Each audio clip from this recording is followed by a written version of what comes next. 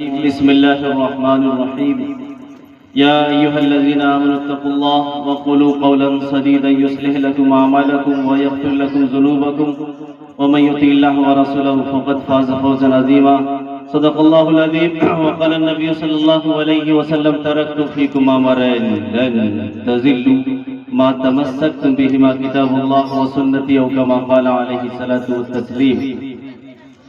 ہر لہجہ ہے مومن کی نئی آن نئی شان، گفتار میں کردار میں اللہ کی برہان، قہاریوں جباریوں قدوسیوں جبروت یہ چار عناصر ہے تو بنتا ہے مسلمان، اور جسے جگر لالا میں ٹھنڈک وہ شبنم اور دریاؤں کے دل جس سے دہل جائے وہ طوفان، بنتے ہیں میری کارگاہ فکر میں انجم، لے اپنے مقدر کے ستارے کو تو پہچان، اور فطرت کا سرود ازلی اس کے شب و روز آہنگ میں یکتا صفت سورہ رحمان۔ اور یہ راز کسی کو معلوم نہیں کہ مومن قاری نظر آتا ہے حقیقت میں ہے قرآن۔ درود شریف پڑھ لیجیے، اللہم صلی علی محمد وعلی آل محمد کما صلیت علی ابراہیم وعلی آل ابراہیم انک حمید مجید، اللہم بارک علی محمد وعلی آل محمد کما بارکت علی ابراہیم وعلی آل ابراہیم انک حمید مجید۔ اللہ رب العالمین کا بے پایا کرم اور احسان ہے کہ اللہ رب العالمین نے ہم سب کو دین کی محفل میں بیٹھنے کی توفیق مرحمت فرمائی۔ یہ سرزمین مروہ ہے اور میری خوش قسمتی کہیے کہ تیسری مرتبہ میں آپ حضرات کے دیار میں حاضر خدمت ہوا ہوں۔ قابل مبارکباد ہے خاص طور سے جناب حافظ ضیاء اللہ صاحب کہ اللہ تعالیٰ نے اپنے نورانی کلام سے ان کے دلوں کو مجلہ مصفح فرمایا، اور اس سے بڑھ کے قابل مبارکباد ہے ان کے والد محترم جناب نوشاد صاحب کہ جنہوں نے اپنے صاحبزادے کے حافظ قرآن پر اس دینی محفل کا انعقاد کیا، اور سب سے بڑھ کر قابل مبارکباد ہے یہاں کے باشندے مروہ کے رہنے والے کہ تقریباً شام سے اب تک اس ٹھنڈک میں رات کے تقریباً 11:30 بج رہے ہیں اور ابھی تک دین کی باتیں سن رہے ہیں، یہ سب سے بڑھ کے قابل مبارکباد ہے۔ اللہ تعالیٰ سے دعا یہی ہے کہ جتنی ساری باتیں ہوئی ہیں اللہ تعالیٰ ان تمام باتوں پر عمل کرنے کی توفیق مرحمت فرما دے۔ ایک چھوٹی سی آیت کریمہ آپ حضرات کے سامنے تلاوت کیے ہیں، اس میں 3 چیزوں کا حکم دیا گیا ہے۔ میں آپ حضرات کو ایک بات بتا دینا چاہوں گا کہ اللہ تعالیٰ ایمان والے سے صرف 2 کام چاہتے ہیں۔ پہلا کام یہ ہے کہ اعمال صالحہ، دوسرا کام یہ ہے کہ برائی سے بچ جائیے، بس یہی 2 کام، اس کے علاوہ کچھ نہیں، اس کے علاوہ ندارت کچھ نہیں ہے، اس کے علاوہ اعمال صالحہ اور برائی سے بچنا۔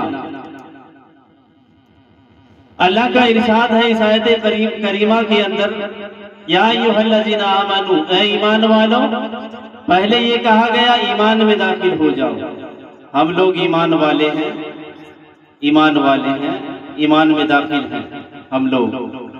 دوسرا کام یہ ہے کہ تقوی اور طہارت کی زندگی گزارو، اللہ تعالیٰ سے ڈرو، کوئی بھی دنیا کا کوئی بھی کام کر رہے ہیں، ہر کام اللہ کی رضا کے واسطے ہونی چاہیے، اللہ کی خوشنودی کے واسطے ہونی چاہیے، لوگوں کو دکھاوا کرنے کے لیے کوئی کام نہ ہونی چاہیے۔ اگر دکھانا مطلب ہے، دکھانا مقصد ہے، تو پھر اللہ کی نگاہ میں وہ کام ہرگز قابل قبول نہیں ہے۔ تیسرا کام یہ ہے کہ جب بھی آپ کوئی بات کہیں تو سچ بات کہیں، جھوٹ نہ بولیں۔ یہ 3 کام ایمان میں تو داخل ہے ہی، ہر ایک کام اللہ کی رضا کے مطابق کریں، اللہ تعالیٰ سے ڈرتے رہیں، رات کی تاریکیوں میں تنہائیوں میں ہو، اس وقت بھی اللہ کا دھیان ہونا چاہیے کہ اللہ ہم کو دیکھ رہا ہے۔ دنیا والے دیکھے نہ دیکھے لیکن اللہ ہم کو دیکھ رہا ہے۔ تقوی کی اور طہارت کی زندگی گزاریں اور سچ بات بولیں۔ آج کے زمانے میں لوگ جھوٹ پر جھوٹ بولتے ہیں اور یہ سمجھتے ہیں کہ ہم سیاست کا کام کر رہے ہیں۔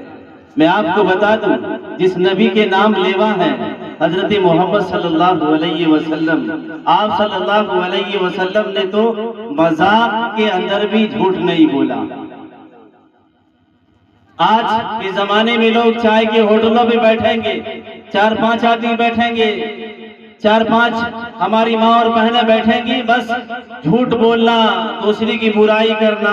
آج ایسا معلوم ہوتا ہے کہ ہم لوگوں کا شیوا اور طریقہ ہو گیا ہے، برائی کرنا، یہی ہمارا شیوا اور طریقہ ہو گیا۔ ہمارے پیغمبر صلی اللہ علیہ وسلم کے جن کے ہم لوگ نام لیوا ہے، ایک بوڑھیا آئی کہنے لگی، اے اللہ کے نبی صلی اللہ علیہ وسلم، میرے لیے دعا فرما دیجئے کہ اللہ مجھے جنت میں داخل کر دے۔ ہمارے نبی پاک صلی اللہ علیہ وسلم نے کہا کہ کوئی بوڑھیا جنت میں نہیں جائے گی۔ وہ بوڑھیا یہ سن کر رونے لگی کہ ہائے ہائے کیا ہوگا، کوئی بوڑھیا جنت میں نہیں جائے گی۔ اب گھبرا گئی، رونے لگی، چھاتی پیٹنے لگی کہ بوڑھیا جنت میں نہیں جائے گی۔ تو اللہ کے نبی صلی اللہ علیہ وسلم نے فرمایا، ہے سن بوڑھیا جنت میں نہیں جائے گی، ہاں جوان بنا کر کے جنت میں بھیجی جاؤ گی، بوڑھے ہونے کی حالت میں تم جنت میں نہیں جاؤ گی۔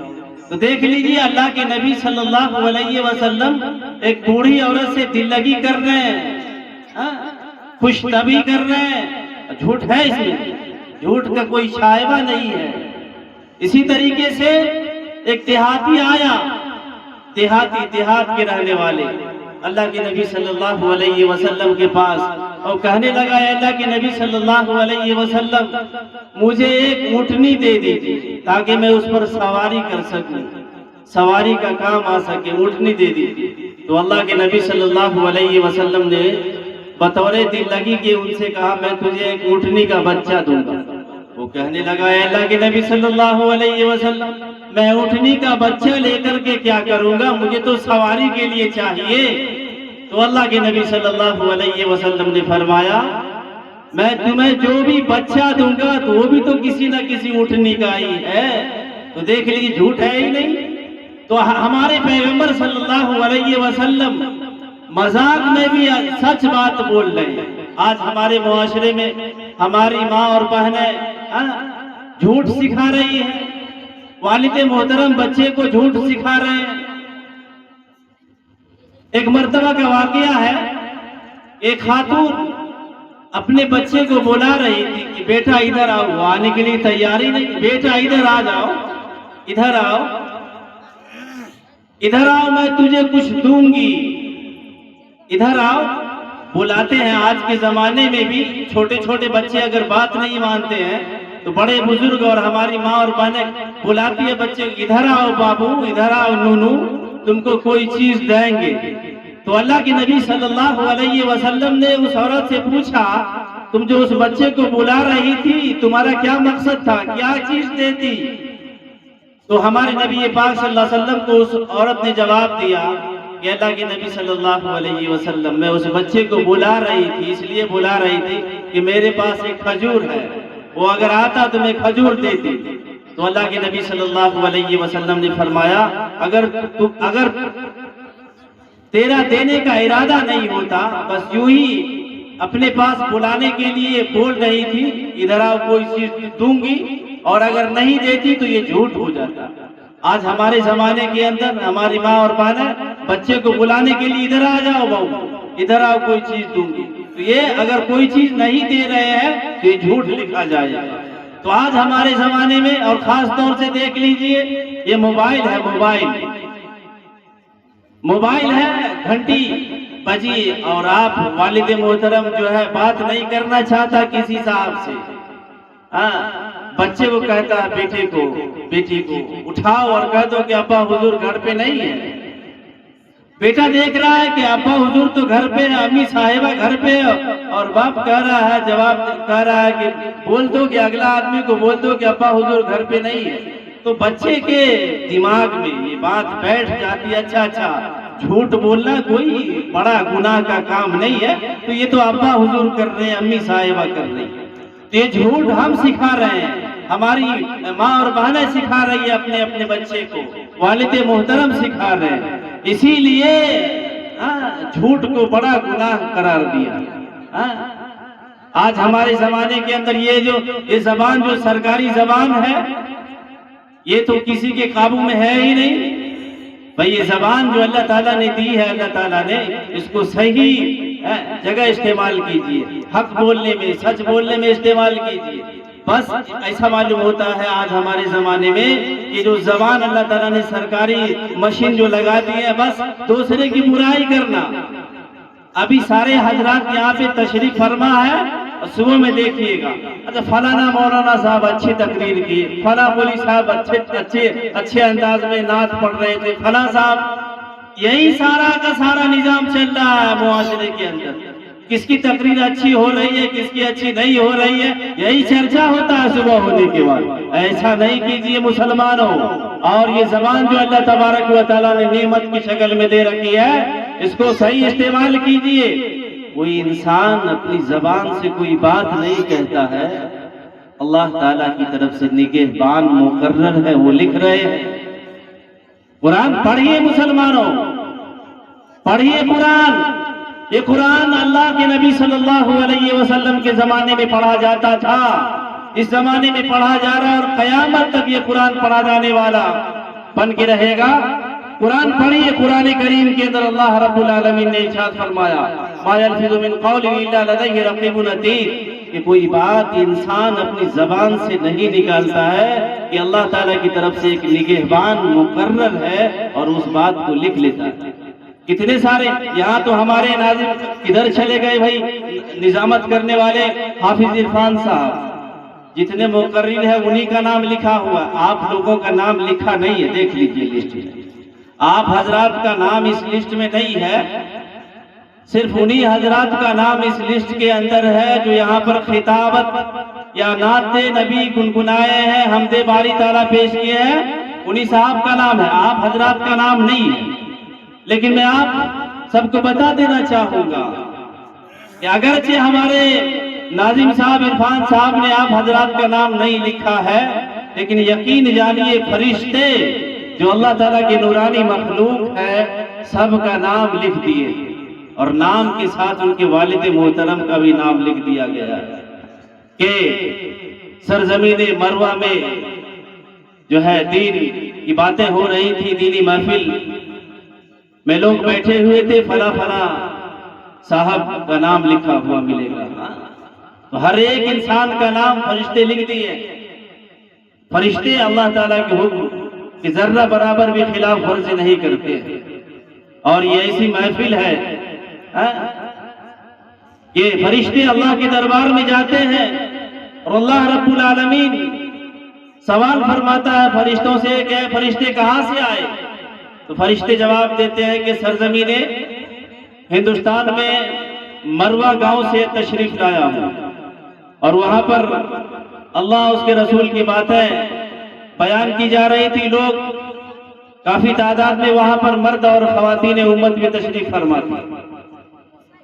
تو اللہ تعالیٰ پوچھتے ہیں فرشتوں سے وہ کہ کون سی چیز طلب کر رہے تھے؟ فرشتے عرض کرتے ہیں اللہ تعالیٰ وہ جنت طلب کر رہے تھے۔ ارشاد خداوندی ہوتا ہے کیا ان لوگوں نے جنت کو دیکھا ہے؟ فرشتے عرض کرتے ہیں دیکھا تو نہیں ہے۔ اللہ ارشاد فرماتا اگر دیکھ لیتے تو کیا ہوتا؟ فرشتے عرض کرتے اور زیادہ رغبت سے جنت کی طلب کرتے۔ اچھا کس چیز سے پناہ مانگ رہے تھے؟ جہنم سے پناہ مانگ رہے تھے۔ ارشاد خداوندی ہوتا ہے فرشتوں سے کیا لوگوں نے جہنم کو دیکھا ہے؟ فرشتے عرض کرتے اگر جہنم کو دیکھ لیتے تو اور زیادہ جہنم سے پناہ مانگتے۔ تو اللہ کا ارشاد ہوتا ہے فرشتوں گواہ رہو، اس مجلس میں دین کی محفل میں جتنے بھی حضرات بیٹھے ہوئے تھے گواہ رہو کہ ہم نے سب کی مغفرت فرما دی ہے۔ آج یقین نہیں ہے، آج ہمارا ایمان مضبوط نہیں ہے۔ ہمارے پاس ایمان ہونی چاہیے صحابہ کرام جیسا ایمانی قوت، جذبہ۔ یقین جانیے حضرت آدم علیہ السلام سے لے کر آج تک اور قیامت تک ایک ایسی جماعت اللہ رب العالمین نے پیدا فرمائے ہے کہ سب کے دل پاک تھے اور سب ایک دوسرے کو فائدہ پہنچانے کے لیے پیدا کیے گئے تھے۔ وہ کون لوگ تھے؟ وہ جماعت تھی صحابہ کرام رضوان اللہ تعالی علیہم اجمعین کی جماعت۔ ایسا معلوم ہوتا تھا کہ صحابہ کرام دوسروں کے فائدہ کے لیے، دوسروں کو فائدہ پہنچانے کے لیے اس دنیا میں تشریف لائے۔ وہ ایمانی جذبہ ہمارے اندر نہیں ہے۔ آج ایک دوسرے کا صرف مذاق اڑانا ہمارا شیوا بن گیا۔ قرآن کریم پڑھنے کے بعد پتہ یہ چلے گا مسلمانوں، پڑھیے قرآن کریم۔ قرآن کریم کے اندر یہ کہا ہے اللہ تبارک و تعالیٰ نے، ویسے تو قرآن کریم کے اندر قوم کا لفظ استعمال فرمایا ہے، اور یہ قوم کا جو لفظ ہے اس میں مرد اور عورتیں دونوں شامل ہیں، لیکن ایک جگہ عورتوں کو اللہ تعالیٰ نے الگ سے اسپیشل خطاب فرمایا عورتوں کو۔ یا ایھا الذین آمنوا لا یسخر قوم من قوم عسى ان یکونوا خیرا منهم ولا نساء من نساء عسى ان یکن خیرا منهن ولا تلمزوا انفسکم ولا تنابزوا بالالقاب بئس الاسم الفسوق بعد الایمان ومن لم یتب فاولئک هم الظالمون۔ اس آیت کریمہ کے اندر دیکھ لیجئے کہ اللہ رب العالمین نے ہماری ماں اور بہنوں کو الگ سے خطاب فرمایا ہے۔ آج کے زمانے میں ہمارا شیوا یہ بن گیا ہے دوسروں کا مذاق اڑانا، دوسروں کو دیکھ کر کے ہنسی اڑانا، یہ ہمارا شیوا ہو گیا، طریقہ ہو گیا۔ اللہ تبارک و تعالیٰ نے ارشاد فرمایا یا ایھا الذین آمنوا، اے ایمان والو، لا یسخر قوم من قوم عسى ان یکونوا خیرا منهم، نہ تو مردوں کو، یہ مرد حضرات ہیں، نہ تو مردوں کو مردوں پر ہنسنا چاہیے، ان کا مذاق اڑانا چاہیے۔ کیا عجب ہے، عسى ان یکونوا خیرا منهم، کیا عجب ہے کہ جن پر یہ ہنستے ہیں اللہ تعالیٰ کے نزدیک ان ہنسنے والوں سے بہتر ہو، پھر مذاق کیسے اڑاتے؟ اور نہ عورتوں کو چاہیے، ہماری ماں بہنوں کو چاہیے کہ دوسری ماں بہنوں کا مذاق اڑائے، ان کے ساتھ کھلواڑ نہ کریں، ان کا ہنسی مذاق نہ اڑائے۔ کیا عجب ہے، عسى ان یکونوا، عسى ان یکن خیرا منہن، کیا عجب ہے کہ جن پر یہ ہنستی ہے ان ہنسنے والیوں سے خدا کے نزدیک بہتر ہو، پھر مذاق کیسے اڑاتے ہیں؟ اور یہ کہا گیا ہے وَلَا تَنَابَزُوا بِالْأَلْقَابِ، کسی کو برے لقب سے نہ پکارو، کسی کو لنگڑا کہہ دیا، کسی کو للہ کہہ دیا، کسی کو کنہا کہہ دیا، اور ہاتھ پاؤں سے نقل اتار رہے کہ فلاں صاحب کیسے چلتا ہے، فلاں صاحب کیسے دیکھتا ہے۔ اس طریقے کا رویہ جو لوگ کر رہے ہیں اس کو حرام قرار دیا اللہ تعالیٰ نے۔ کسی کو لنگڑا نہ کہیں، اندھا نہ کہیں، کانا نہ کہیں، بوکا نہ کہیں، للہ نہ کہیں۔ وَلَا تَنَابَزُوا بِالْأَلْقَابِ بِئْسَ الِاسْمُ الْفُسُوقُ بَعْدَ الْإِيمَانِ وَمَن لَّمْ يَتُبْ فَأُولَٰئِکَ هُمُ الظَّالِمُونَ۔ اللہ کا ارشاد ہے مسلمان ہو کر کے گناہ کا نام لگنا ہی یہ بہت برا ہے۔ کسی مسلمان کے بارے میں کہا جائے کہ اچھا یہ مسلمان ہے اور اس کے اندر یہ گناہ کا کام ہے، یہ دوسرے کی برائی کرتا رہتا ہے۔ آج خاص طور سے دیکھ لیجئے معاشرے کے اندر قرآن پڑھنے کے بعد پتہ چلتا ہے کہ مسلمان کا حال یہ ہو گیا ہے، منافق جیسا حال ہو گیا ہے۔ جس زمانے میں صحابہ کرام تھے اور مسجد نبوی میں اللہ کے نبی صلی اللہ علیہ وسلم کے پیچھے نماز پڑھ رہے ہیں، کون؟ منافق لوگ، پانچوں نماز پڑھ رہے ہیں لیکن دل کے اندر کفر کو چھپائے ہوئے، نفاق کو چھپائے ہوئے۔ جنگ احد کے اندر دیکھ لیجئے، جنگ احد میں کیا ہوا؟ 1000 کی تعداد میں صحابہ کرام تشریف لے گئے تھے مشرکین مکہ سے جنگ کرنے کے لیے۔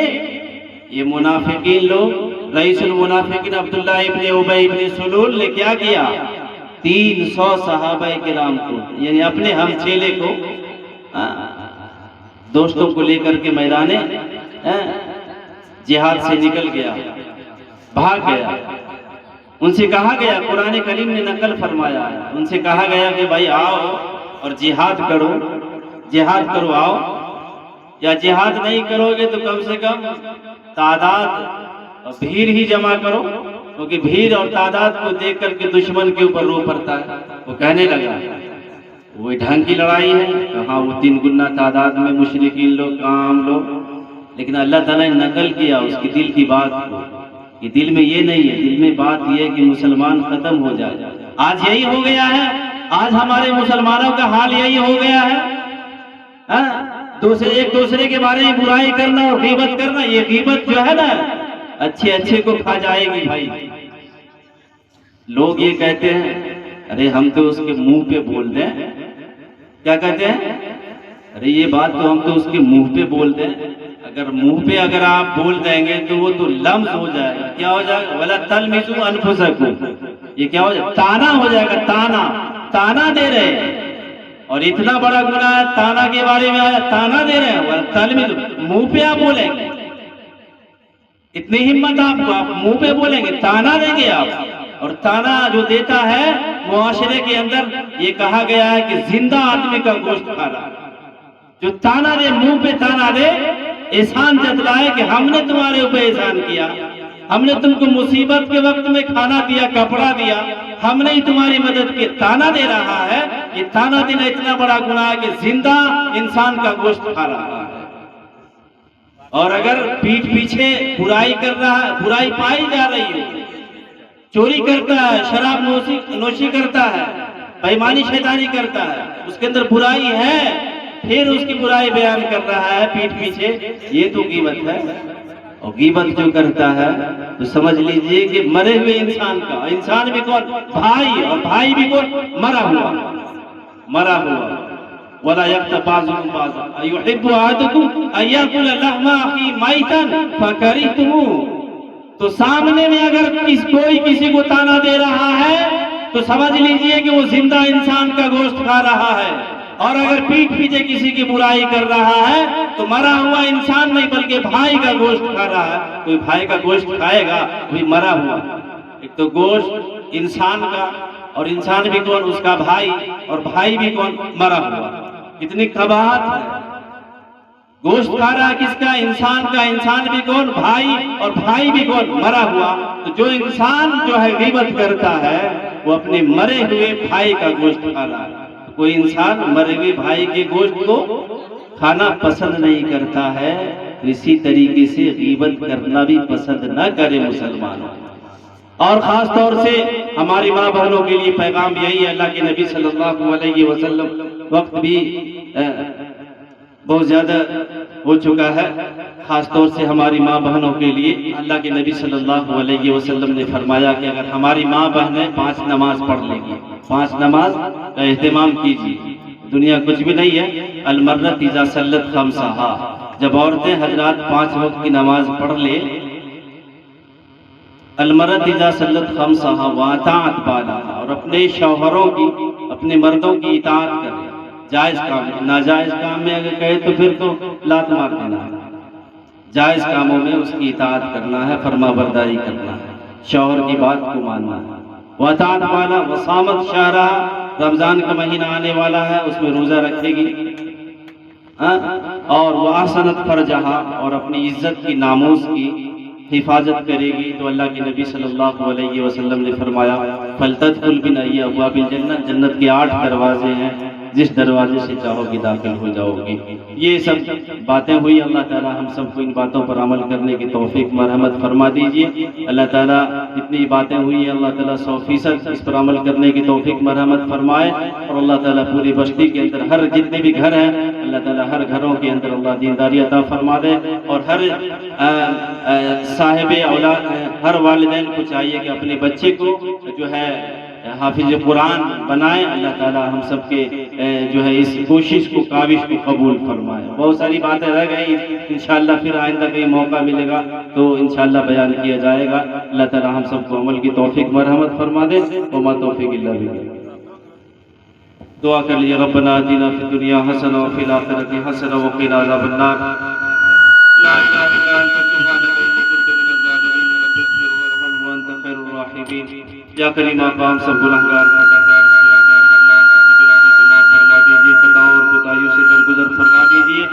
اللہ تعالیٰ یا کریم آقا اللہ جس مقصد کے لیے اللہ تعالیٰ اس دینی محفل کا انعقاد عمل میں لایا گیا ہے اللہ اس مقصد سلامی 100% کامیابی عطا فرما دیجیے اللہ